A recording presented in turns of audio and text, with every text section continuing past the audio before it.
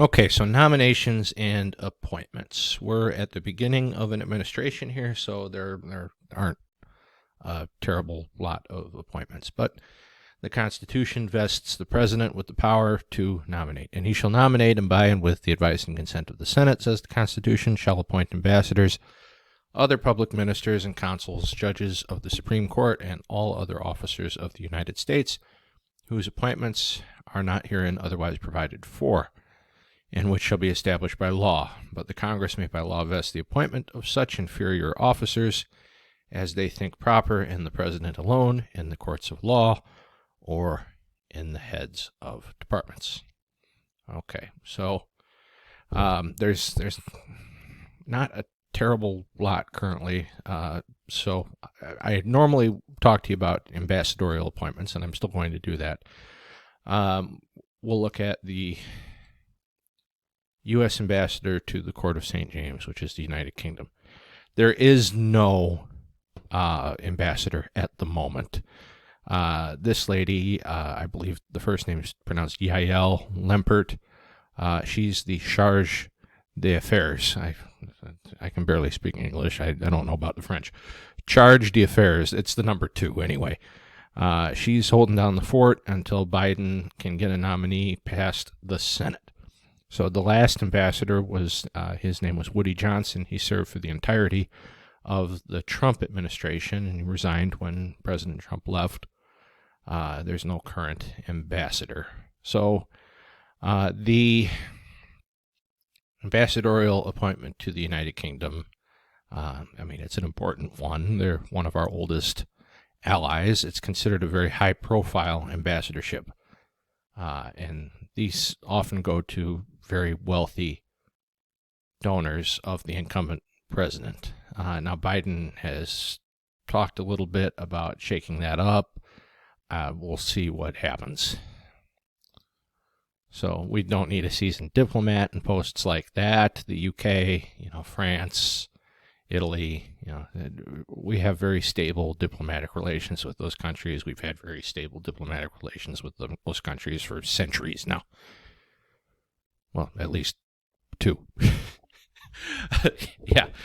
So this is where the U.S. ambassador lives in the UK at Winfield House. So just looking at the house, you can judge that you would probably need a wealthy person.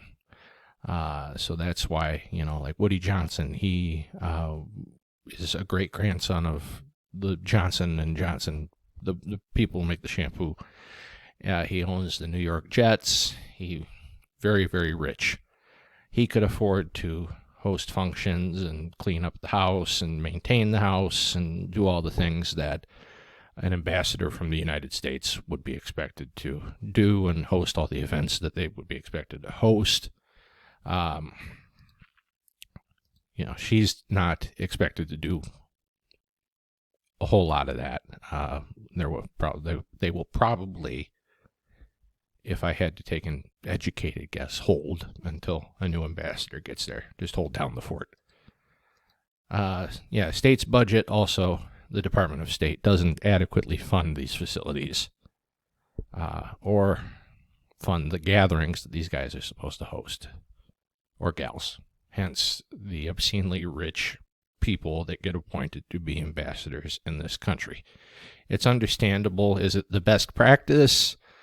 I'll leave that for you to decide. But the way we have set up the system does seem to require it at this moment in time.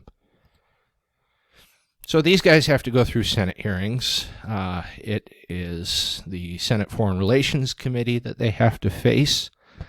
These videos, you need to watch these, especially if you're having a bad day, because they border on the comical. This is, I'm showing you a hearing that isn't, that everything went wrong in. This video is of George James Souness. He was President Obama's nominee as ambassador to Norway. And he's getting grilled pretty good by the late Senator John McCain. And then above that, Anderson Cooper interviews the late senator about what just happened. I hate to use the word comical in government, but that's kind of what it is.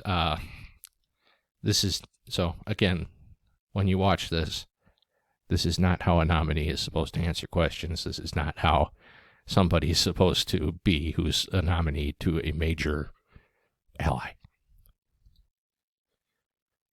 So recess appointments will be up next.